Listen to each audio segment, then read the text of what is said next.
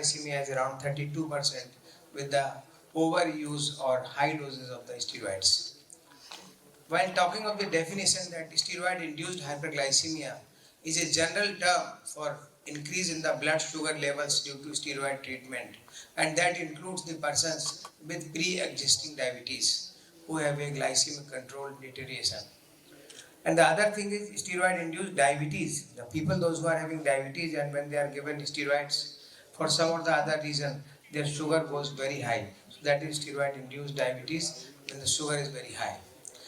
In fact, this steroid, which is the cornerstone of the treatment of many of the diseases, right from the physiological replacement, which we see in the adrenal insufficiency and congenital adrenal hyperplasia, and then other diseases where we use as anti-inflammatory and immunosuppressive agents in various diseases like respiratory disease and bronchial asthma, COPD, ARDS, sarcoidosis, cystic fibrosis. For rheumatology, we see the SLE, rheumatoid arthritis, polyarthritis nodosa, vascularitis, and in dermatological conditions like severe dermatitis, urticaria, pemphigus vulgaris.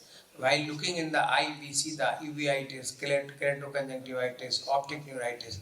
So there is place for in every department where we have to use the steroids. While talking of this hematology, this is the hemolytic anemia, idiopathic thrombocytopenic purpura, that is known as ITP. And then in endocrine, there is subacute thyroiditis, lymphocytic hypothyroidism. Many diseases in the renal, in the nephrotic syndrome is there. Organ transplant, while we talking of the heart, lung, heart, liver, kidney, or the cornea, we have to use the steroids. In neurological conditions like Guillain-Barré syndrome, then the cerebral edema, multiple sclerosis, head injury, we have to use the steroids. So because of this, with the efficacy of the drug, these steroids, they are being used in many of the conditions, but they are associated with various side effects. And they can be pragmatically divided into three categories. One is the immediate side effect, that is the fluid retention, leading to edema, blurring of vision, impairment of the mood. And the second is idiosyncratic side effect, that is the avascular necrosis, cataract formation when used for months together, glaucoma, psychosis in excessive doses because of the impairment of the electrolyte imbalance, and more visual side effects affecting the endocrine system that includes the development of bone disease, dyslipidemia, obesity, and the adrenal suppression. So here is the mechanism of the steroid-induced metabolic effects. We see it's although it's a complicated slide, but if even we see that when we give steroids, there is a fall, there is increase of the parathyroid hormone because of the reduced level of the calcium that leads to bone suppression, and finally the bone fragility, fracture because of the fall. Muscle weakness is the other thing. Sarcopenia may be there. Abdominal fat, we find that lipolysis. Then in the circulatory system, there is a vascular resistance leading to hypertension and cardiovascular risk. So multiple organs, they are affected when it is in excessive doses or when the dose it is not well controlled. We all know that there are three kinds of the steroids. One is the short acting, that is hydrocortisone. That onset is 1 hour and the total duration is for 6 hours where it works.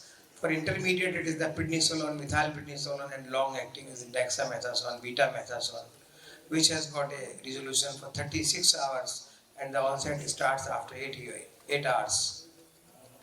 Coming to the main subject which I have to want to discuss with you, that is the tips for managing the steroid-induced hyperglycemia.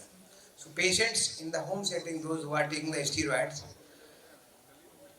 they should monitor their blood sugar regularly at the home, but not only restrict to the fasting but also to the PP blood sugar levels, because most of the time it is higher in the afternoon hours. And patients with adrenal insufficiency, those who are maybe on hydrocortisone, administered 3 divided doses, they should, or once daily prednisolone. So what the message goes that if you are taking steroids, it can be divided into 3 doses, and if the single dose is to be taken, it is to be taken in the morning. Once the person is hospitalized and there is no hyperglycemia and admission, that means patient is non-diabetic, his sugar is within normal limits. And after that, for some or the other reason, he is put on the steroids, then we find that there are so many cardiovascular factors that starts right from increase in the blood pressure, then later on the edema leading to obesity and many factors. So they are to be seen. It's a bit complicated slide which is showing that the patient, those who are known to have diabetes and the other things that which are not having the diabetes, in which we have to control the diet, then we have to put certain on oral anti-diabetic drugs, maybe on insulin also.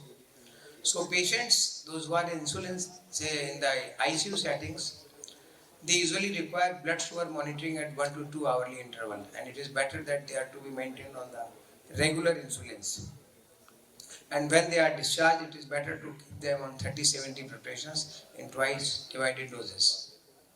Here we have shown a chart of a patient that fasting sugar was 224 and gradually he was put on the insulin. It was given 2 hourly, so a regular insulin, and after 4-5 days the sugar fasting came to 114 and the postprandial also around 174. So that is the way we can control in 3 to 4 days in ICU settings.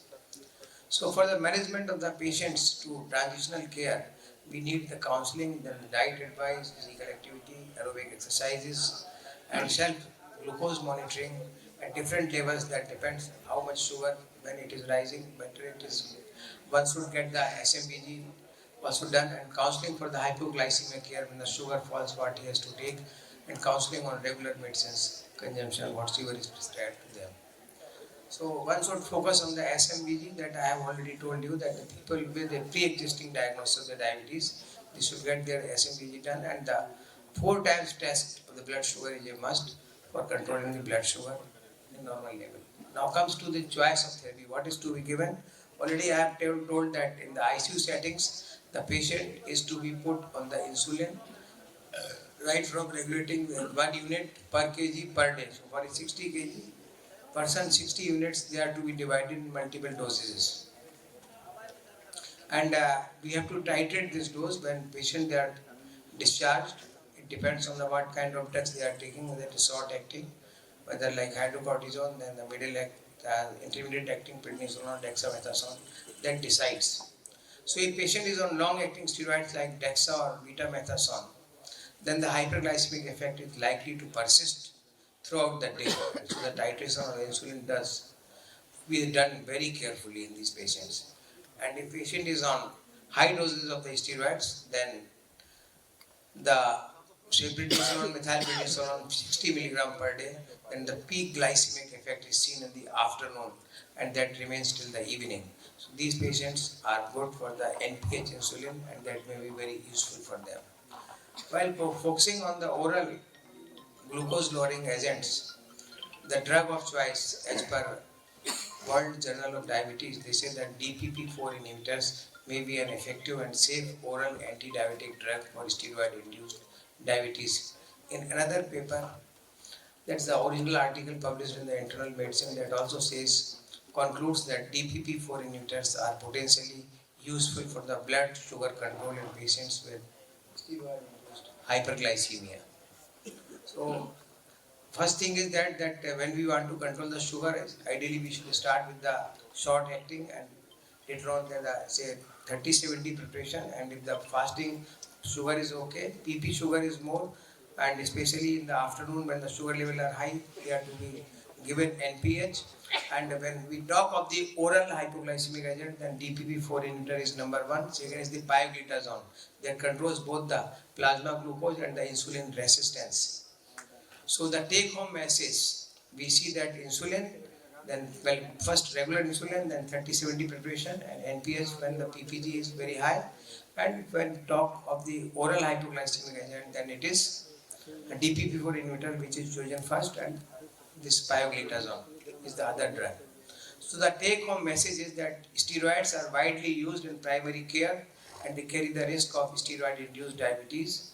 And in case of the non-diabetes, that worsens the hyperglycemia. Steroid-induced diabetes and hyperglycemia are more likely with increasing dose, potency, and duration of the steroid therapy. High-risk individuals are steroid-induced diabetes and should undergo blood glucose monitoring, and that should be very strict. Aim of treatment is to relieve the symptoms and control the blood sugar levels, and avoiding the complications like DKA during the hospital stay, just to minimize the long-term diabetes complications. And insulin is the preferred treatment. Initially, the short-acting and then the long-acting insulin they can be given.